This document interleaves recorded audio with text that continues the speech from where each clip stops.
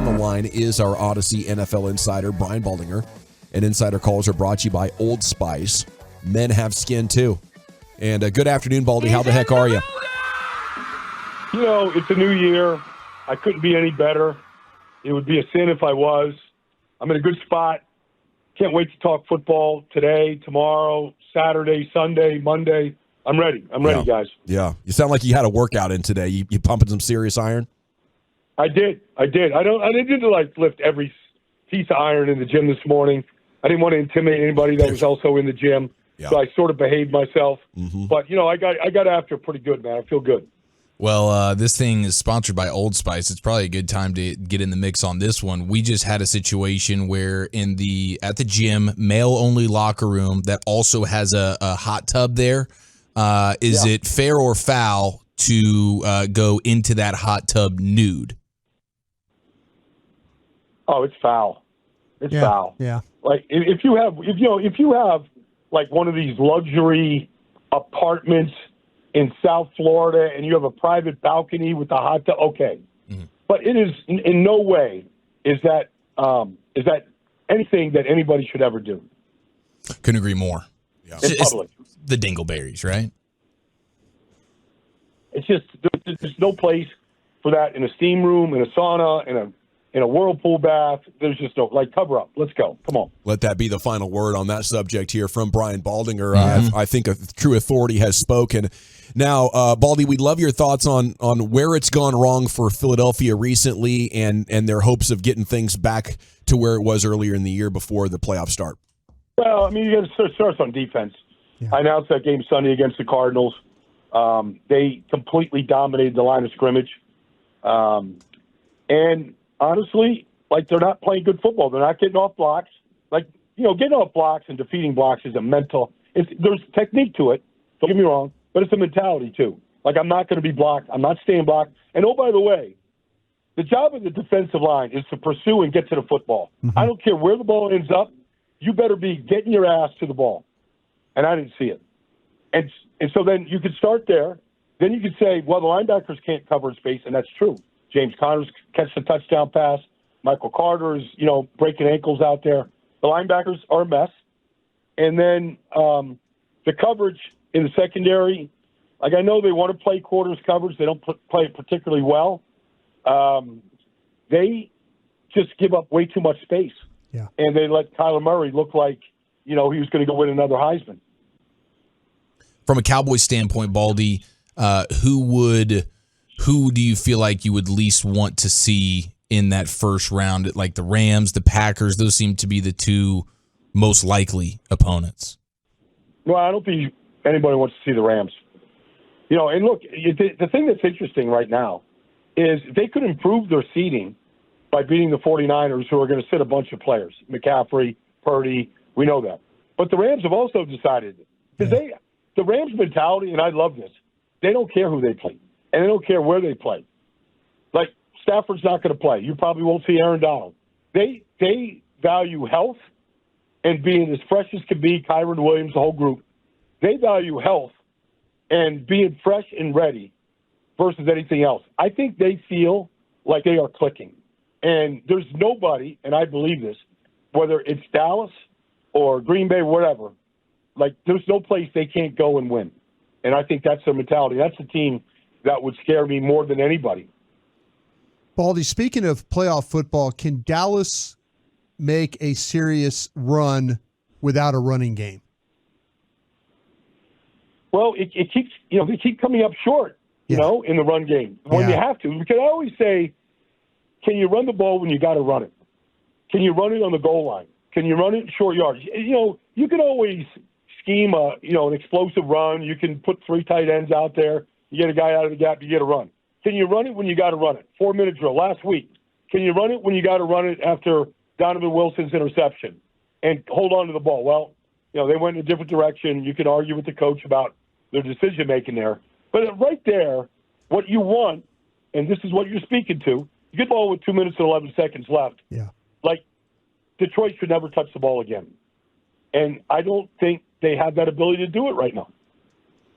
Okay, how about going for 2 from the 7 there from Dan Campbell at the end of Cowboys Lions? Is that up your alley, or do you think that's reckless? No, it's reckless because that's just emotion speaking. We're going to go win the game right now. Well, not from the 7.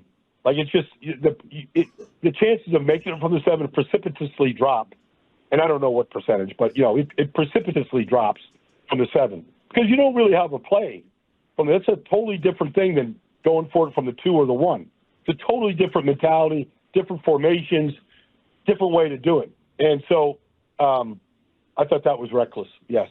It's Brian Baldinger here. Insider calls are brought to you by Old Spice Gentleman's Blend Body Wash, providing exfoliation plus 24/7 moisturization because men have skin too.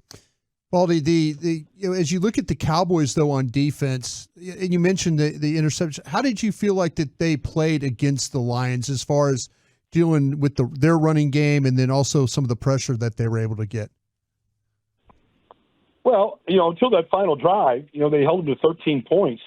So they gave up some plays. They gave up some pass plays and gave up a couple runs. But for the most part, I know Detroit personally, I would have kicked a field goal early in the game when I had a chance to, rather than going for it on 4th and 4 or whatever it was there. I would have taken the points. So you can't say they just held them to 13. Detroit kind of, they just had this mentality. But I thought they played pretty good, though. I thought, you needed to get the turnover. They got the turnover. Laporta is a Pro Bowl tight end. It's a tough assignment for Donovan to just shadow him and cover him like he did for a lot of the day. But I thought they played pretty good defensively. I think, Detroit prides itself on running the football. They got 2 really good backs. But I thought the tackling was crisp. And I thought they kept things in front of them for the most part all day. Baldy, you've spent years in this division as a player, as an analyst. How much of a factor is trying to play spoiler if you're Washington coming into this game and ruin the Cowboys' day? Well, look, when the Cowboys were 1-15, their only win was against Washington. It's the Cowboys' number 1 rival. It has been. I'm sure that, I don't know if guys are, packed for a golf vacation right now in Washington or if they're going to go, this has been such a miserable existence this year that we're just going to take it out on the Cowboys. I know this. Like Sam Howell, I guess he's going to start. That guy doesn't know any different than just trying to complete as many passes as possible. Yeah. You can hit that guy the way he's been hit this year, sack him the way he's been sacked. He just keeps firing. And so I know Terry McLaurin's not going to slow down, and I'm sure Brian Robinson isn't. I'm sure you're going to get the best effort from Washington. And, look, they're short on talent. Everybody knows that there's going to be a change. It'd be easy to kind of just say, to hell with it, but I don't think you're going to get that kind of effort from them. Baldy, when you watch the Commanders play, the one thing that jumps out to me is they're number 1 in the league when you talk about hurries on their offense and what happens to them, the pressures that but they're last in the league in attempts of running the football.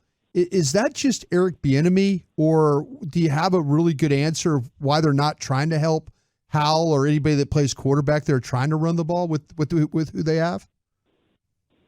I think some of it is the mentality of Bieniemy because that was Andy Reid's mentality, still is. Sure. I think some of it is just being behind and having to throw it to catch up, and you end up throwing it way more than you want to, but you just don't feel like, whatever the situation the game is or the score of the game, you saw Thanksgiving Day and some of the games that just got away from them, like they're literally throwing it every down. And, at the end of 18 weeks, it's going to be a real imbalance between the runs and their passes right now.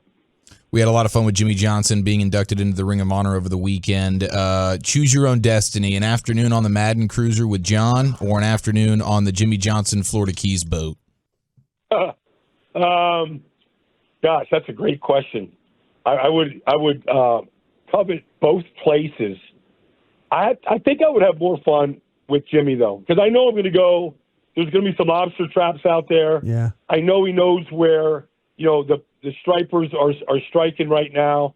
I know there's cold Heineken lights at any point within 6 inches of wherever you're at on a boat or his deck. So I think I'll go with Jimmy on that one. I believe that is it's a mandatory shirt off situation as well on the Jimmy Johnson boat, at least from the pictures. Well, I'm in South Florida right now. There's no reason to have a shirt on right now. So I'm with you on that. I'm actually surprised, Baldy, you haven't jumped on the Jimmy boat yet. I mean, I can't believe what's the holdup there. That seems like an ideal football conversation going down. Baldy breakdowns, Jimmy Johnson.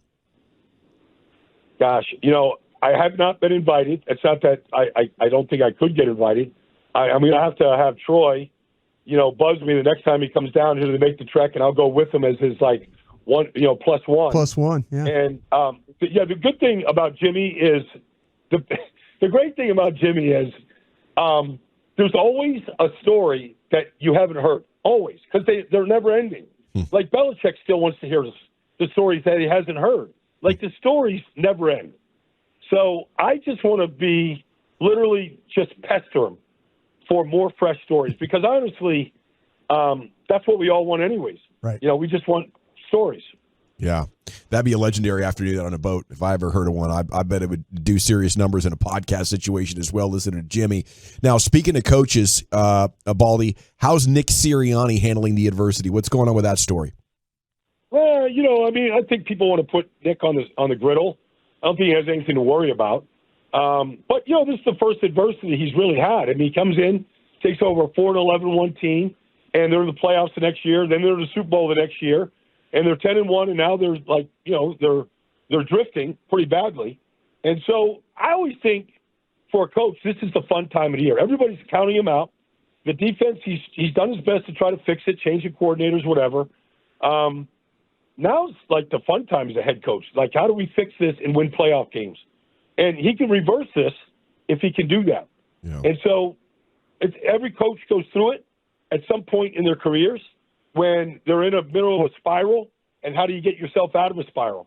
And so I'm anxious to watch Nick.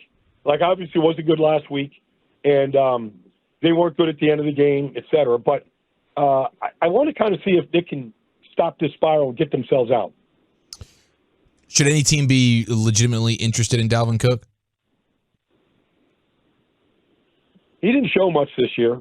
Yeah. If you want to, take James Cook, that's a different story. Yeah. Like that kid, he's coming.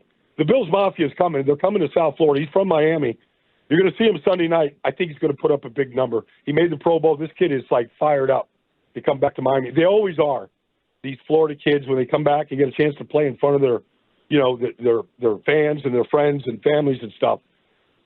But Dalvin, I didn't see much. I'm not saying there's nothing left because the Jets' offense line was a mess. Yeah, but I didn't see much from Dalvin this year. Yeah, I've learned he just went unclaimed, so he's going to have an opportunity.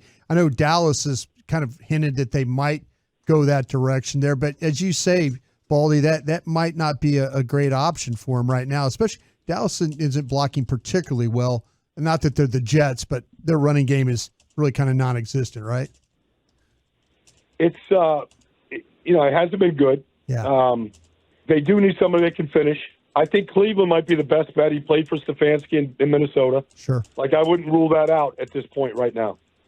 Thank you so much, Brian. I heard you're going to ride with us through the playoffs, so we look forward to that as well. Have a great weekend. My pleasure, guys. Enjoy it all. I'll talk to you.